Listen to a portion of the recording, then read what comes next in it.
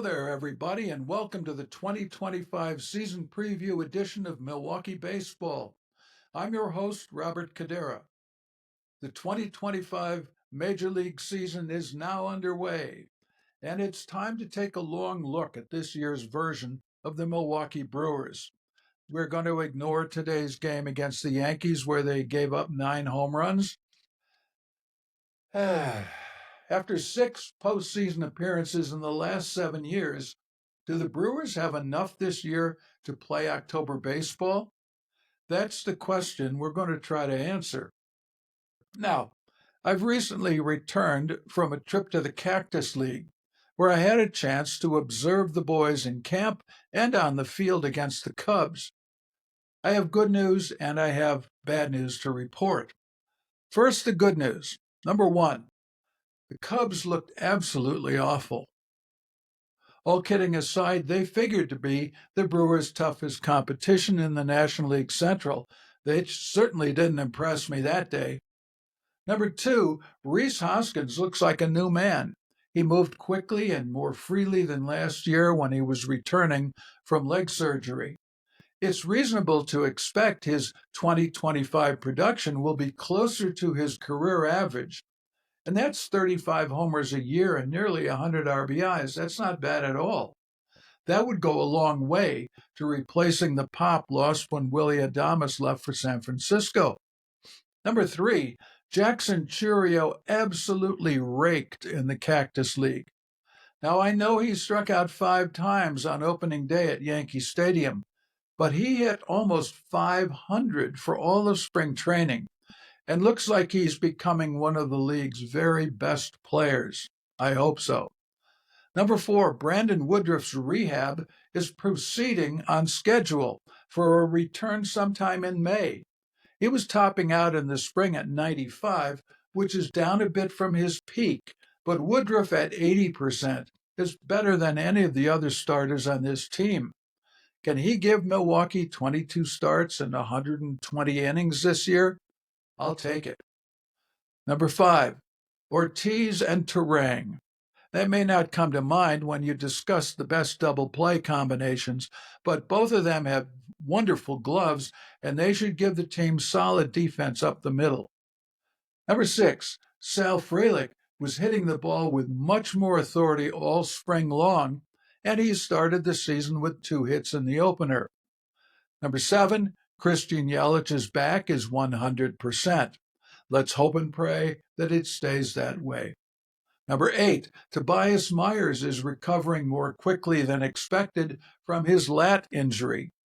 Number 9, Pat Murphy has the team enthused and ready, and they can be expected to show the same hustle and resiliency as this team did last year. Okay, now the negatives. Pitching. Did I say pitching? Well, number 1, while Vinny Capra hit a home run in the opener this year, the third base situation is still unsettled. Right now, it's a platoon between Capra and Oliver Dunn, but neither of them has ever had a single solid season in the majors. Negative number 2, Trevor McGill was up and down all spring. Will he be the reliable closer this year that he was last year when Williams was out? If he can't, will under-the-radar minor league hopeful Craig Yoho be an effective bullpen piece, and the sooner the better? He had an ERA of 0.94 in the minors last year and was the organization's pitching prospect of the year. He throws a changeup that begs comparison with Devin Williams' airbender.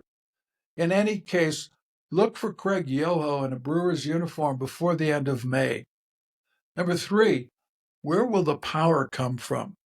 If Hoskins' spring success, 6 homers, was legit, then that's part of the answer. If it was an illusion, this team will be in the bottom half of the Major League home run list this year.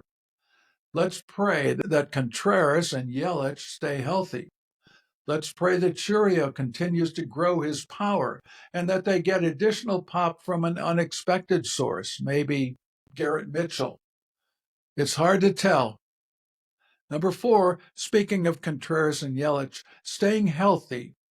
Depth is a major question for this team. The lineup looks decent, but a key injury that keeps one of the better hitters out for an extended period of time could become a major problem. The same is even more true of the pitching. The Brewers begin the season with 4 important arms on the injured list, and with Jose Quintana ramping up in the minors after signing late. The injury question may determine where this team finishes more than the level of talent on the roster. And we all know what they say. That is, injuries are a part of baseball, so fingers crossed. Number 5, the starting pitching on this team is way too thin and too questionable, in my opinion, for a supposed contender. Unless Woodruff fully returns to form, there's no ace on this staff. Peralta has great stuff, but he throws way too many pitches, and so he doesn't go deep enough into his starts. So what's the big picture? Well, the Brewers could repeat as National League Central champs, but I doubt it. If the Cubs and Reds falter, the Crew could have a chance to repeat. But if things break the other way, the Crew could struggle to finish third. Let's split the difference and say the likeliest finish for this roster is second place. One thing the team has going for it is that there's no other dominant National League Central team. There are no Dodgers or Braves or Mets or Phillies. The Cubs are a fashionable pick, but I remain to be convinced. The Reds have a lot of young talent and a great manager now in Terry Francona, but last year was supposed to be their year too, and things fell apart. The Pirates have the best pitcher in the league in Paul Skeens, but weak offense. The Cardinals, they're as likely to begin a massive in-season rebuild as they are to contend in 2025. So my heart says go with the Brewers to win the division. My brain and the consensus of the experts is that 2025 will be a step back for Milwaukee. If, and it's a big if Churio emerges as a superstar, if Yelich has a healthy back all season, if Woodruff contributes an inspiring return from his 2-year injury, and Craig Yoho develops into at least a successful late-inning depth piece in the bullpen, then maybe. I hope all of this happens, but I see a ceiling for this team of about 86 wins. Now, that could be enough to take the division if everything's breaking right, but it's not enough to win a wild card spot. 2 wild cards will come from the National League East and 1 from the National League West, most likely. Now, don't you forget to come back at the end of September and see how much I really know about this game, okay? And of course, above all else, remember what Joaquin Andujar once said. You can sum up baseball in one word. You never know. I'm betting that my predictions, which I'm giving away for free here in March, will turn out to be worth at least twice what I'm charging for them. One final note of kind of a historical nature. 2025 will mark the first season in 75 years that Major League Baseball will start the year without either Vin Scully or Bob Uecker or both behind the microphone. That's sad, the way they used to bring the game to us fans. But time marches on, I guess. We'll do the best we can. That's it for this month's edition of Milwaukee Baseball.